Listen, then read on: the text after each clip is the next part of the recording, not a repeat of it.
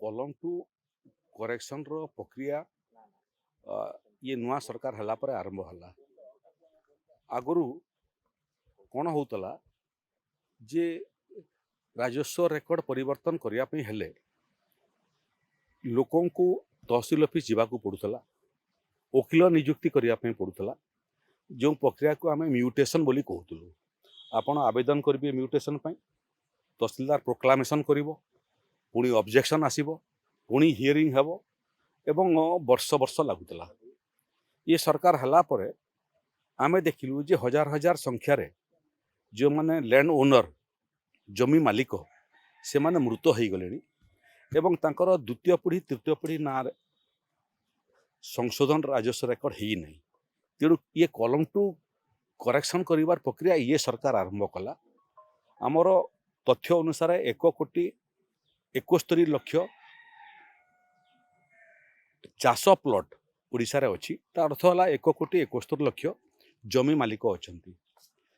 तेणु आम जो अभियान आरंभ कलु 2 वर्ष भितर 1,71,71,00,000 चाषी भितर 1 कोटी रु अधिक कलम टू करेक्शन सरीगला। जो माने हिंदू सक्सेशन एक्ट द्वारा गाइडेड होती से कलम टू करेक्शन सहज आम पाई। जदि अजा नारे थिला अजा चली गले, बापा कका नारे जमी हेबो, बापा कका भी जदि चली गले ताले नाती नातुणी मान नारे हेबो। तेणु हिंदू सक्सेशन एक्ट रे इनहेरिटेंस जोटा उत्तराधिकारी सत्व इटा भारी सहज। ये भाया सेचुरेशन मोड को आम आसिलु। एबे जोटा अच्छी ओडिशा रे 24% जनजाति संप्रदायर लोक अच्छा जो माने कर उत्तराधिकारी सत्व तांकर निजस्व परंपरा एवं संस्कृति द्वारा गाइडेड होता है। ओडिशा रे 64 प्रकार जनजाति संप्रदायर लोक अच्छा। तेणु से जो पद्धति संपत्ति पाइबार ताकू आमे अध्ययन करी डाटाबेस प्रस्तुत करुचु। तहसीलदार मान को ए बाबद आम एडुकेट करेबू जिमिति जनजाति संप्रदायर कलम टू करेक्शन त्रुटि विच्युति न हो। अन्य धर्मावलंबी मानक पई मध्य इनहेरिटेंस प्रोसीजरटा भिन्न। तेणु एबे टिके स्लो होईची। संभवतः आम चेष्टा करुचु जे 1 कोटी हो गला आहरी 71,00,000 जमीर कलम टू करेक्शन हेबो। किंतु ताकू निखुण करने आमे तालीम प्राप्त अधिकारी मानकू ये काम रे लगेबू एवं कार्य समाप्त करिबू। रहिला कलम टू करेक्शन कथा। कलम टू करेक्शन रो सांगरे सांगरे 2 प्रकार म्यूटेशन थाए। गोटे म्यूटेशन हला जे जो जगार म्यूटेशन टा अनकंटेस्ट तो 2टा भाई अच्छा, 2 भाई भितर आवंटन हम 50-50।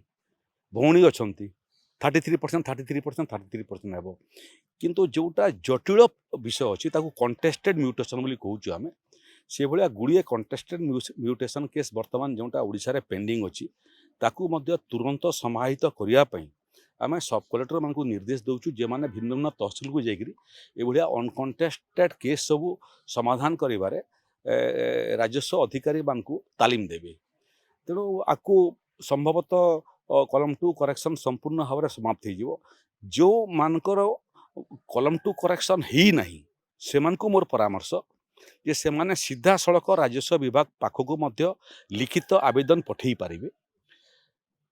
कलेक्टर एडीएम रेभिन्यू एवं सब कलेक्टर मानकू मध्य तांकर निर्दिष्ट अभियोग पठेई पारिबे एवं जोटा सब राजस्व विभाग को आसीबो मध्य तार उत्तरदायित्व आम नौचु जिमिति सेमानकर मध्य कलम टू करेक्शन निर्दिष्ट समय सीमा भितर बिना विलम्ब रे हेइबो। मु आपण आगुरु कहिछि जे agro stack identity card generation करिवार सहित चाषी पंजीकरण टोकन एवं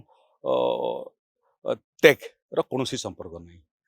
पंजीकरण सरीगलाणी, जो मानकर पंजीकरण सरीगलाणी से मानकर धान बिक्री हेबो एवं 3100 टंका आम धान किणिबू। रहिला एग्रोस्टेक काम इटा 31 तारीख शेष तारीख बोली धरा होईची। यार धान संग्रह सांगे कोनोसी संपर्क नहीं।